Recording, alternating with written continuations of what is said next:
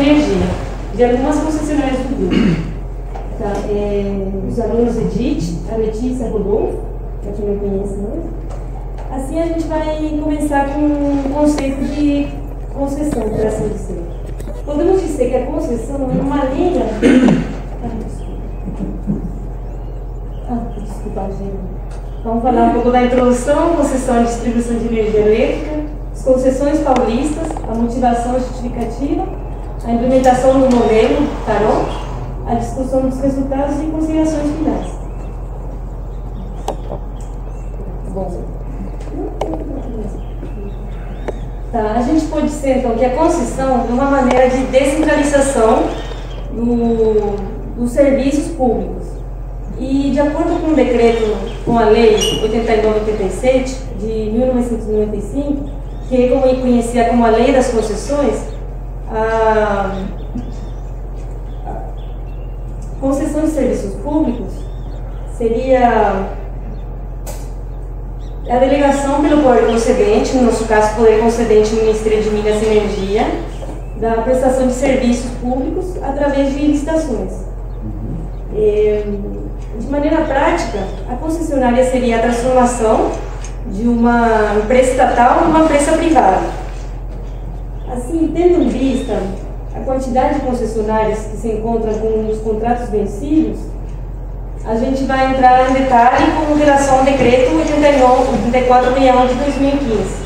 Esse decreto se refere à prorrogação dos contratos de concessão no setor de distribuição. E no artigo 1º desse mesmo decreto, o poder concedente, que é o Ministério de Minas e Energia, delega a ANEEL da atribuição à ENA da ANEEL de encomendar quais que são as concessionárias que se encontram aptas para poder fazer a prorrogação ou renovação desses contratos que se encontram vencidos. Aí na tabela 1 a gente consegue enxergar o estado de concessionários. Nesse caso a gente colocou só as concessionárias da região sudeste, porque na audiência pública no 38 de 2015, o resultado foi que a ANEEL encomendou 40 concessionárias que estão com o contrato vencido. Aí a monte de praticidade colocamos somente esse da região sudeste.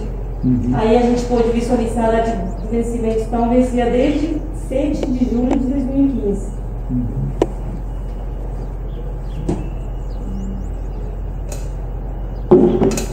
Assim, atualmente, a concessão de distribuidoras de energia elétrica, existem 59 contratos assinados entre a União e as empresas privadas, e as datas de assinaturas variam desde o ano 97 a 2002.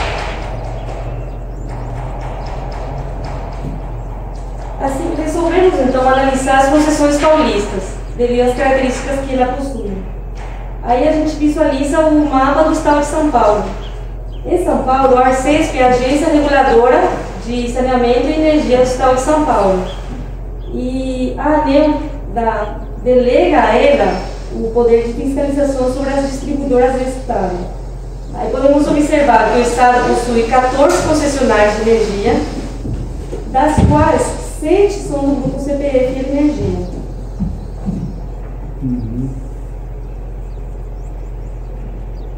E a modo para demonstrar quais são as concessionárias do estado de São Paulo do grupo CPFL, apresentamos ali a CPFL Paulista, Santa Cruz, Piratininga, Leste Paulista, Sul Paulista, Mococa e Jaguari.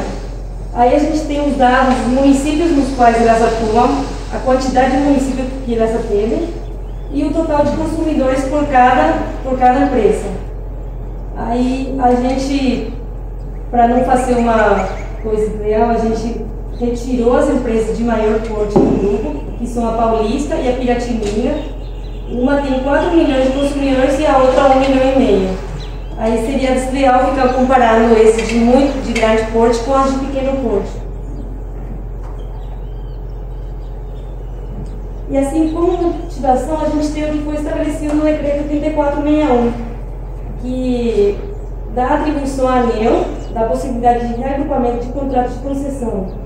Quer dizer, a ANEEL poderia criar os critérios para reagrupar as empresas. E em vez de ser renovados 5 contratos paralelos, aí tem a possibilidade de fazer só um contrato pelas 5 empresas. Mas tem um porém, todas devem ser sujeitas ao mesmo controle societário. Como no caso a gente está vendo, todas são CPFLs, todas são controladas pela CPF de Energia. Estão com data de vencimento aí?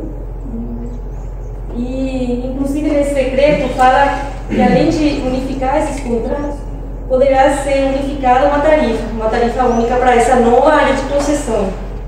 E qual que seria a parte positiva desse decreto? Que, em vez de fazer licitação para 5 empresas diferentes, faria uma licitação só em um contrato só. Porque as licitações, muitas vezes, elas podem ser pouco eficientes e são muito custosas. Eu vou falar um pouco da justificativa desse trabalho. Como estou falando ali, a justificativa do tarô, que a gente vai conseguir analisar o comportamento da tarifa para esse agrupamento de empresas. Essa ideia veio bem a calhar com uma das aulas do Hector, que deu um start também a possibilidade de a gente fazer isso. Aula de consumo, não sei se vocês lembram, que ele explicou como que a gente faz o agrupamento de empresas.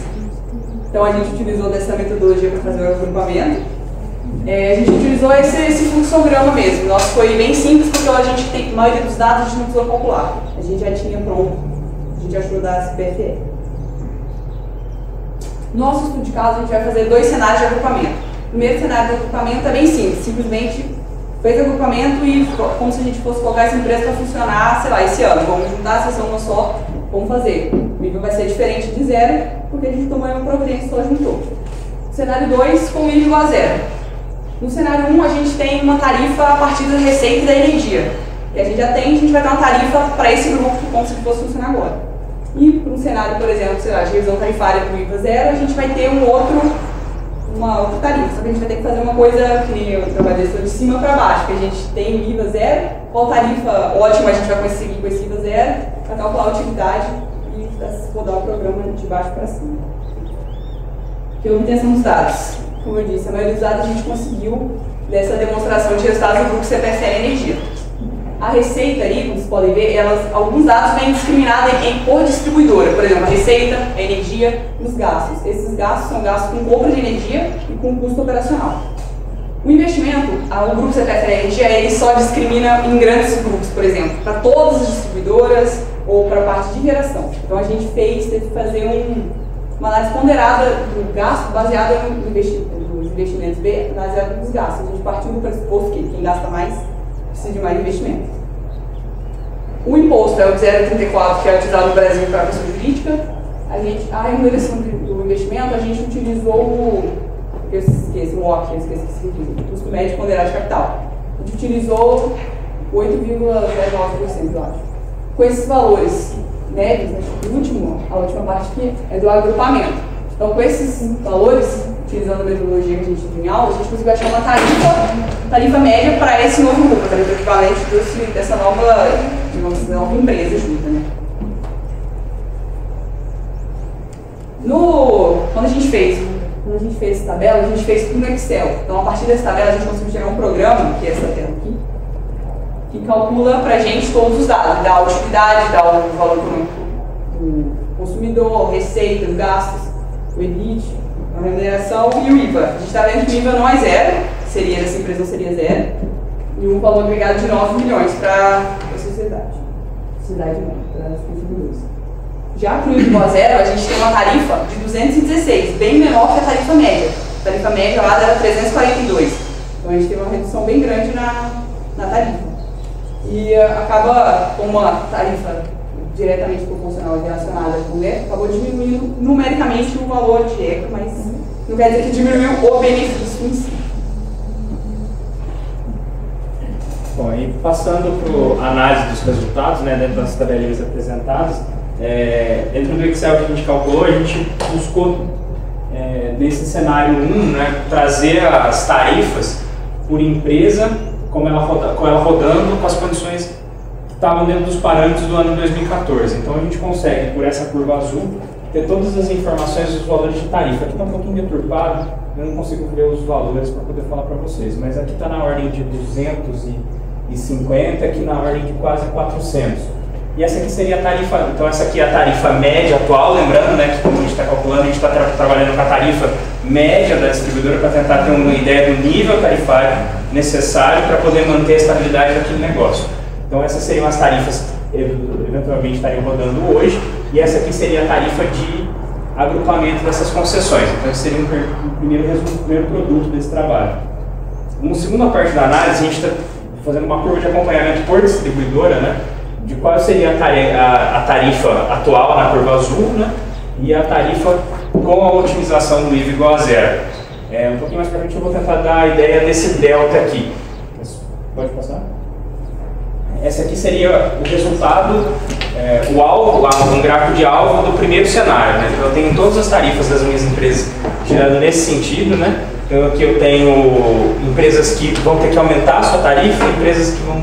Aqui está meio constante, o aumento um pouco muito pequeno, e tem empresas que vão ter que diminuir a sua tarifa para chegar na tarifa do agrupamento, né? Então essa aqui seria a tarifa única. Da saída até aqui, um dos produtos, uma das sugestões desse trabalho é que os resultados obtidos a gente consegue começar a mapear o trajeto para que eu possa fazer esse cenário se tornar real. Então, esse aqui seria o gráfico similar, só que a gente já pensando na otimização. Na otimização eu estou trazendo todo mundo aqui para baixo. Só que a interpretação dessa tarifa, essa tarifa da ordem 216, né? Agrupada 349, se não me engano, aqui 216. Qual é a ideia desse gráfico? Eu vou trazer todo mundo aqui para baixo. Esse aqui é o menor valor de tarifa dessa empresa resultante, para que eu não destrua valor para essa empresa. Esse é o significado do IVA zero na nossa análise. A gente criar os limites para que eu possa trabalhar numa política de agrupamento de concessões. Nesse caso aqui, a gente está pensando especificamente para as empresas do grupo CPFL, dado o cenário que está estabelecido no decreto. Mas a gente poderia expandir essa análise, por exemplo, para o Grupo Energisa dentro do próprio Estado de São Paulo, ou até mesmo o Grupo Bandeirante, que tem uma distribuidora no Estado de São Paulo e outra no Espírito Santo, não tem essa limitação territorial do Estado. A limitação é mesmo no grupo societário. Então a gente pode trabalhar num conjunto de políticas a partir do resultado, para que eu possa definir uma trajetória para que a gente consiga atingir a tarifa unificada dando um maior bem-estar social, né? Porque, no anterior fica mais claro, né? Tem empresas que vão reduzir a tarifa, legal, isso é bacana para todo mundo, mas tem empresas que vão reduzir a tarifa. Aqui a gente tem, vão aumentar a tarifa. Aqui a gente tem empresas como a CPFL de Jaguari, que tem a melhor tarifa do Brasil. Só que para levar a consideração da revisão tarifária, tem 2 cidades. Então, comparado com empresas que vão estar, igual a CEMIG, que também está em processo de renovação de concessão, tem mais de 800 municípios na sua área de concessão, né? Então, fica bastante díspare fazer esse tipo de comparação. Pensando nisso, a gente tentou construir uma metodologia para tentar trazer um indicador se o que a gente está propondo aqui é algo razoável ou não, para ter a viabilidade que a gente está fazendo, se é razoável ou não essa proposta.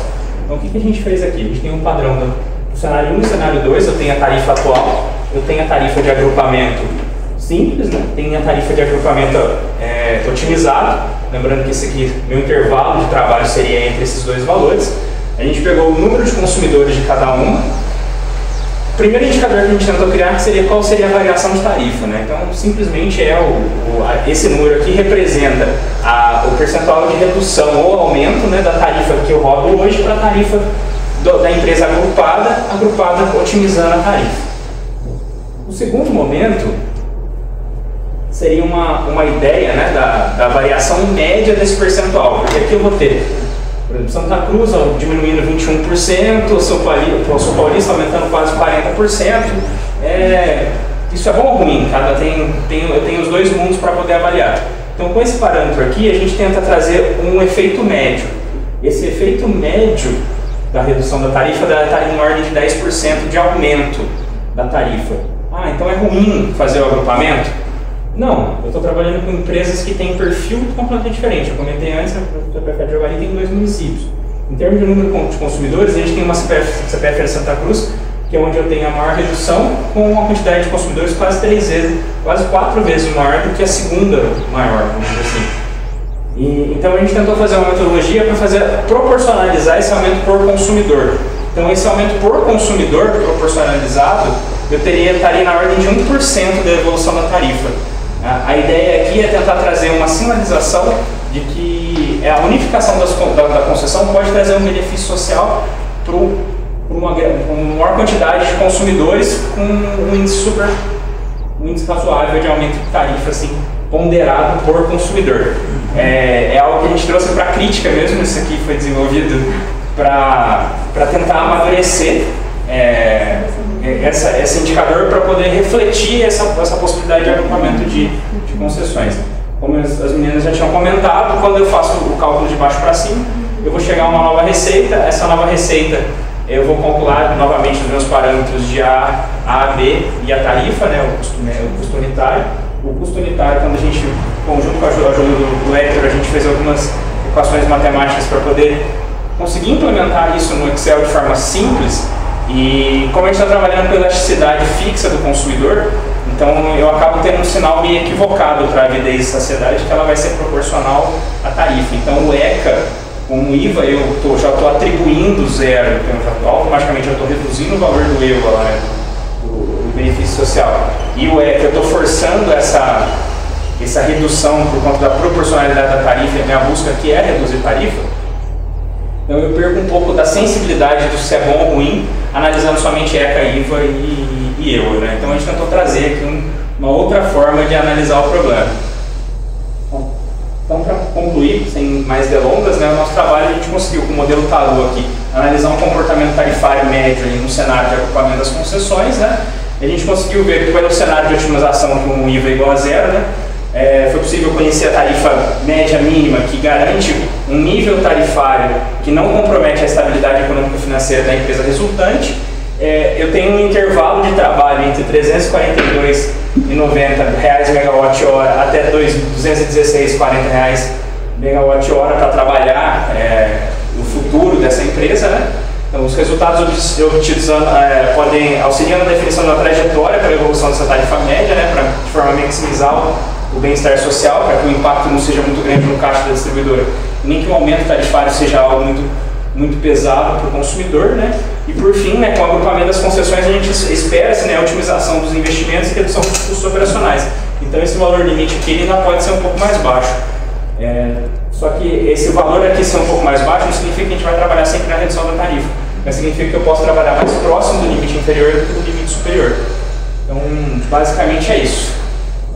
A ideia do trabalho é algo que está acontecendo, é algo real, algumas empresas estão simulando isso. Dentro do grupo CPFL tem mais de 32 possibilidades de agrupamento de concessão sendo trabalhadas hoje. Hoje a gente está focando só nessas 5, como elas comentaram. As empresas são menores e elas são foco por conta da renovação de concessão. Entendi.